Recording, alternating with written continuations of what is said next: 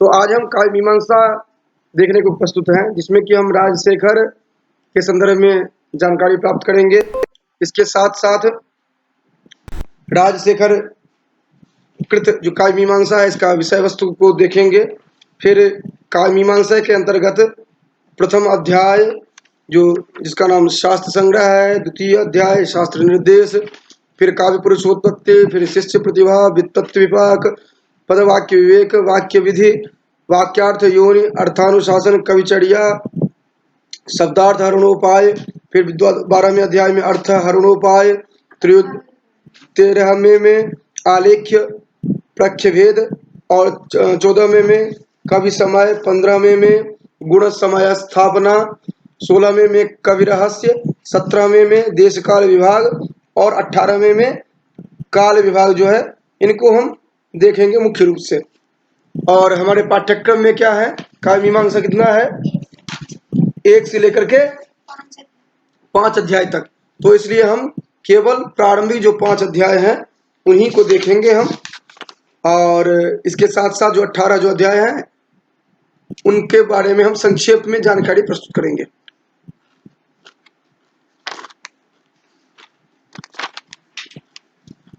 अब देखते हैं हम काव्य मीमांसा जो है, इनके जो रचयिता हैं, लेखक जो हैं राजशेखर, इनके संदर्भ में हम देखते हैं जी राजशेखर कौन थे और राजशेखर का समय क्या रहा है। राजशेखर के समय देखने से पूर्व राजशेखर के जो पूर्ववर्ती आचार्य रहे उनको देखते हैं, जैसे कि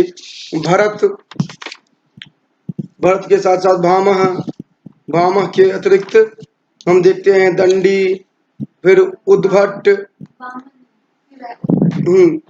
दंडी बामन समकालीन हो जाते हैं, इस कारण से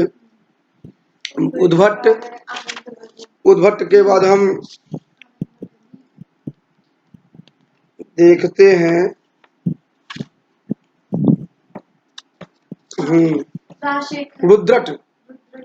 रुद्रट को देखते हैं, फिर रुद्रभट्ट, फिर आनंदवर्धन को देखने के बाद अभिनव गुप्त को देखते हैं। इस क्रम में इनके पूर्ववर्ती आचार्य के रूप में इनको देखते हैं। फिर उसके बाद राजशेखर की बात जो बात यह है, तो राजशेखर के संदर्भ में हम संक्षेप में इतना जान सकते हैं कि राजशेखर महाराष्ट्र के निवासी थे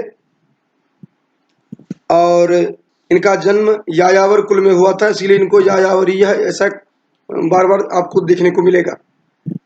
उसके बाद यायावर कुल जो था वह अपनी विद्वता के लिए प्रसिद्ध हुआ करता था, और इसके साथ ही आप राजशेखर के संदर्भ में कहा जाता है जो कि इनकी जो पत्नी थी वो भी अत्यंत ही विदुषी रही थी, जो कि चौहान वंश की कन्या अवंती सुंदरी थी। और इनका प्रकृति से के संदर्भ में जो प्रेम था आदि हम इनके ग्रंथों से पाते हैं, उनके संदर्भ में चर्चा। ये बाल रामायण, बाल भरत, विद्याशाल भंजिका, कर्पूर मंजरी, हरविलास, इसके साथ साथ काव्य मीमांसा, इन ग्रंथों को हम मुख्य रूप से राजशेखर के ग्रंथों में हम अंगीकार करते हैं। तो इसके बाद हम आते हैं काव्य मीमांसा के विषय वस्तु पर। तो प्रथम अध्याय जो है, इसमें राजशेखर ने बताया है कि श्रीकंठ ने परमेष्ठी, वैकुंठ आदि 64 शिष्यों को काव्य शास्त्र का उपदेश दिया। परमेष्ठी ब्रह्मा ने अपने शिष्य अयोनिज ऋषियों को इसका उपदेश देते हैं, और इसके साथ साथ जो कि इसमें काव्य पुरुष श्रेष्ठ थे, प्रजापति ने प्रजाओं की हित कामना के लिए त्रिकालज्ञ उस काव्य पुरुष को काव्य विद्या के प्रचार के लिए नियुक्त किया, और काव्य पुरुष ने 18 अधिकरणों वाला जो काव्य विद्या है उसको उसके विस्तार के लिए अपने शिष्यों को उपदेश दिया। 18 अधिकरणों में विद्या के विस्तार के साथ ही शिष्यों ने इन विषयों पर अपने अपने ग्रंथ लिखे, और फिर उसकी चर्चा है कि किसने कौन सा ग्रंथ लिखा। उसके बाद द्वितीय अध्याय में हम देखते हैं कि यहाँ पर शास्त्र निर्देश किया गया है, जो वाङ्मय दो प्रकार का है, काव्य और शास्त्र। शास्त्र का अध्ययन कर ही काव्य में प्रवेश करना चाहिए, इस तरह की चर्चा प्राप्त होती है। फिर आगे शास्त्र को भी दो प्रकार से देखा गया है, पौरुषेय या पौरुषेय। अपौरुषेय में मंत्र ब्राह्मण जो है इनको देखा गया है। और इसके साथ ही साथ जो कि यहाँ पर ये चारों वेद जो हैं, वेद की चर्चा प्रस्तुत की गई है। इसके साथ साथ इतिहास वेद, धनुर्वेद आदि को उपवेद के रूप में जो यहाँ पर चर्चा की गई है। फिर शिक्षा कल्प आदि की चर्चा होते हुए पुराण अन्वीक्षिकी, ये पौरुषेय शास्त्र जो है इन पर चर्चा प्रस्तुत होती है। इस क्रम से हमने द्वितीय अध्याय में शास्त्र निर्देश देखा है, जो कि वहां पर प्रारंभ से लेकर के अंत तक चर्चा करते हैं। और ये अत्यंत ही महत्वपूर्ण प्रभाग है। ये इस दृष्टि से महत्वपूर्ण प्रभाग है क्योंकि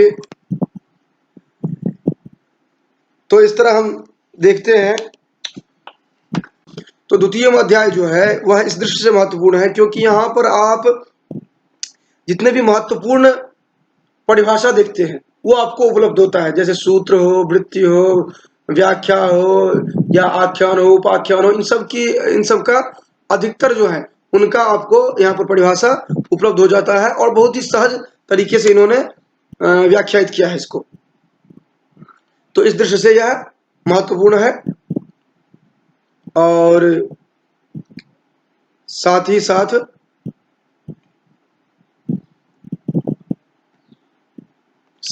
हम तृतीय अध्याय को जब देखते हैं तो फिर यहाँ पर एक आख्यान दिया गया है, जो कि एक बार शिष्यों ने बृहस्पति से पूछता है, जो कि हे प्रभु, सरस्वती पुत्र काव्य पुरुष कौन है।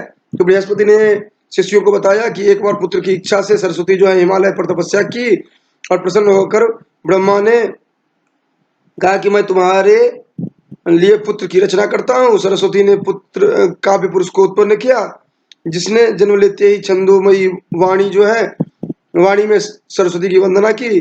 सरस्वती ने प्रसन्न होकर कहा, हे पुत्र, तुम मुझसे भी आगे बढ़ गया है। तुमसे पूर्ववर्ती लोगों ने गद्य ही देखा था, पद्य नहीं देखा था। सारी भाषाएं काव्यांग तेरे शरीर तथा अवयव के रूप में है। अब तो बच्चे जैसी चेष्टा कर। और फिर सरस्वती जो है पर्वत शिला पर जाकर नवजात शिशु को सुला करके आकाश गंगा में स्नान करने चली गई।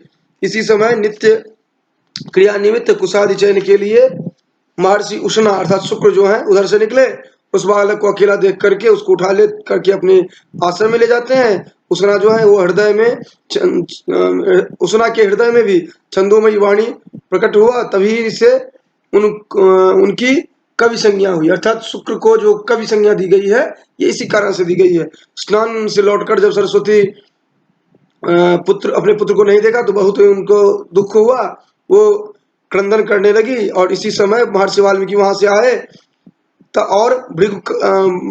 और सब समाचार बता करके भृगुपुत्र उष्णा जो है अर्थात शुक्र जो है उनका आश्रम सरस्वती को दिखा दिया। मुनि वाल्मीकि भी क्रौंच द्वंद्व में से एक के मारे जाने के कारण मां निषाद इत्यादि आदि श्लोक जो प्रस्तुत हुआ था, उन महामुनि ने अर्थात वाल्मीकि ने रामायण नामक इतिहास ग्रंथ की रचना की। महर्षि व्यास ने मानिषाद को पहले पढ़ा और उसके प्रभाव से सतशास्त्री संहिता अर्थात महाभारत संहिता का निर्माण किया। फिर कह रहे हैं कि एक बार ब्रह्मा सभा में ऋषियों देवताओं के बीच विवाद होने पर स्वयंभू ब्रह्मा ने सरस्वती को निर्णय कर्त्री बनाया। जब सरस्वती ब्रह्मलोक जाने लगी तो काव्य पुरुष भी इनके पीछे पीछे चलने लगा। मना करने पर भी जब वह नहीं माना तो पार्वती ने अपनी प्रिय सखी के पुत्र को प्रेम बंधन में डालने के लिए साक्षात साहित्य विद्यावधू को उत्पन्न किया। मुनियों को भी उन्होंने इन दोनों को स्तुति करने को कहा, अर्थात उस काव्य पुरुष के लिए साहित्य विद्या वधु को उत्पन्न किया गया। सर्वप्रथम काव्य पुरुष पूर्व दिशा की ओर गया। साहित्य विद्या वधु ने उसे रिझाने का प्रयास किया पर विशेष आकर्षण उत्पन्न न कर सकी। फिर काव्य पुरुष पांचाल देश गया और इसके बाद अवंती गया। इसके बाद वह दक्षिण दिशा की ओर चला गया, फिर उत्तर की ओर चक्रवर्ती क्षेत्र में आया। अंत में विदर्भ देश में भगवान कामदेव के क्रीड़ा स्थल वत्स गुल्म नगर में काव्य पुरुष ने गांधर्व रीति से साहित्य विद्या वधु के साथ विवाह किया। इस यात्रा के प्रसंग में काव्य पुरुष जिस देश में गया वहां मुनिजन भी उनका अनुगमन करते हुए उनकी स्तुति की। ये तृतीय अध्याय का विषय वस्तु रहा। कथानक आप अभी सुन रहे हैं, काव्य मीमांसा से संदर्भित ये तृतीय अध्याय से संदर्भित था। अब चतुर्थ अध्याय को देखते हैं। चलिए फिर चतुर्थ अध्याय में देखते हैं कि इस अध्याय में पदवाक्य का विवेक वर्णित है। कवि दो प्रकार के होते हैं, बुद्धिमान और आहारी बुद्धि। जिसकी बुद्धि स्वभावतः शास्त्र का अनुधावन करती है वो बुद्धिमान है, और जिसकी बुद्धि शास्त्राभ्यास से संसिद्ध होती है उसको आहारी बुद्धि कहा जाता है। बुद्धि भी तीन प्रकार की होती है, स्मृति, मति और प्रज्ञा। वर्तमान विषय को मनन करने वाली बुद्धि मति है, बीते हुए अर्थ का स्मरण करने वाली स्मृति है और भविष्य अर्थों को जानने वाली प्रज्ञा है। बुद्धिमान व्यक्ति सुनने की इच्छा करता है, सुनता है, ग्रहण करता है, धारण करता है, जानता है, कल्पना करता है और तत्व को प्राप्त करता है। आहारी बुद्धि के भी वही गुण है, यद्यपि उसे पथ प्रदर्शक की आवश्यकता होती है। इन दोनों में अन्यथा बुद्धि वाला दुर्बुद्धि है, उसे सर्वत्र उल्टा ही सूझता है। इसकी बुद्धि नीले रंग के वस्त्र के समान होती है जिस पर दूसरा रंग नहीं चढ़ता है। आचार्य श्यामदेव का जो भी विचार रहने दीजिए, आगे चलते हैं। हाँ, इसमें एक वर्णन आएगा जिसमें कि प्रतिभा के भेद बताए जाएंगे। कार्ययित्री, भावयित्री प्रतिभा जो है, फिर सहजा, आहरिया, इस दृष्टि से हम देखेंगे इसी अध्याय में, चतुर्थ अध्याय में। फिर आगे इसमें पंचम अध्याय देखते हैं। पंचम अध्याय में आचार्यों की धारणा बहुज्ञता की व्युत्पत्ति है, क्योंकि कवि की वाणी चतुर्दिक प्रसृत होती है। राजशेखर की राय में उचित अनुचित विवेक ही व्युत्पत्ति है। आनंदवर्धन के अनुसार प्रतिभा और व्युत्पत्ति में प्रतिभा ही श्रेष्ठ है, क्योंकि कवि के अव्युत्पत्तिजन्य दोष को ढक लेती है। इसके बाद इस अध्याय में आप देखेंगे मुख्य रूप से कवि के जो तीन प्रकार हैं। इसके बाद कवि के प्रकार के उप प्रकार जो है इनको देखेंगे। उसके बाद बुद्धिमान, आहार्य बुद्धि आदि जो है इनके जो भेद है, अवस्था जो है ये देखेंगे आप। उसके बाद आप फिर आगे पाक की चर्चा देखेंगे। ये आप पंचम अध्याय तक देख रहे हैं, और छठे अध्याय से जो चर्चा है उसको हम एक एक सेंटेंस में चर्चा कर रहे हैं, जिसमें कि पद की व्याख्या की गई है छठे अध्याय में। सातवें में पुराणादि मतानुसार जो वाक्य के प्रकार बताए गए हैं वो बताई गई है। फिर आठवें अध्याय में आप देखते हैं जो कि काव्य योनि अर्थात काव्य के स्रोत कौन कौन से हैं इनकी चर्चा की गई है।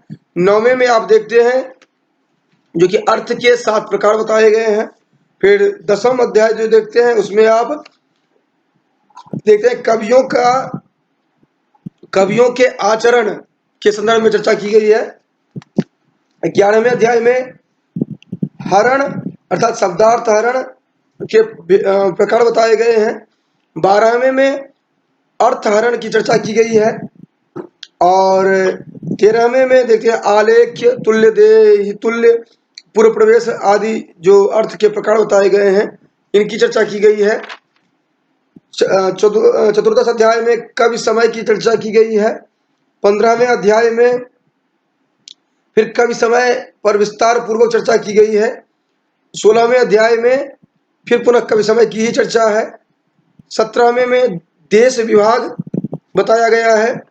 फिर जिसमें कि आप देखेंगे ये जो हम कहते हैं जम्बू द्वीपे, आर्यावर्त आदि जो चर्चा करते हैं इन सब की चर्चा आपको 17वें अध्याय में प्राप्त होता है। उसके बाद आप आते हैं 18वें अध्याय में काल का स्वरूप बताया गया है, और जो आप वाक्यपदी में काल समुद्देश्य में देखते हैं वो यहाँ भी आपको देखने को मिलता है।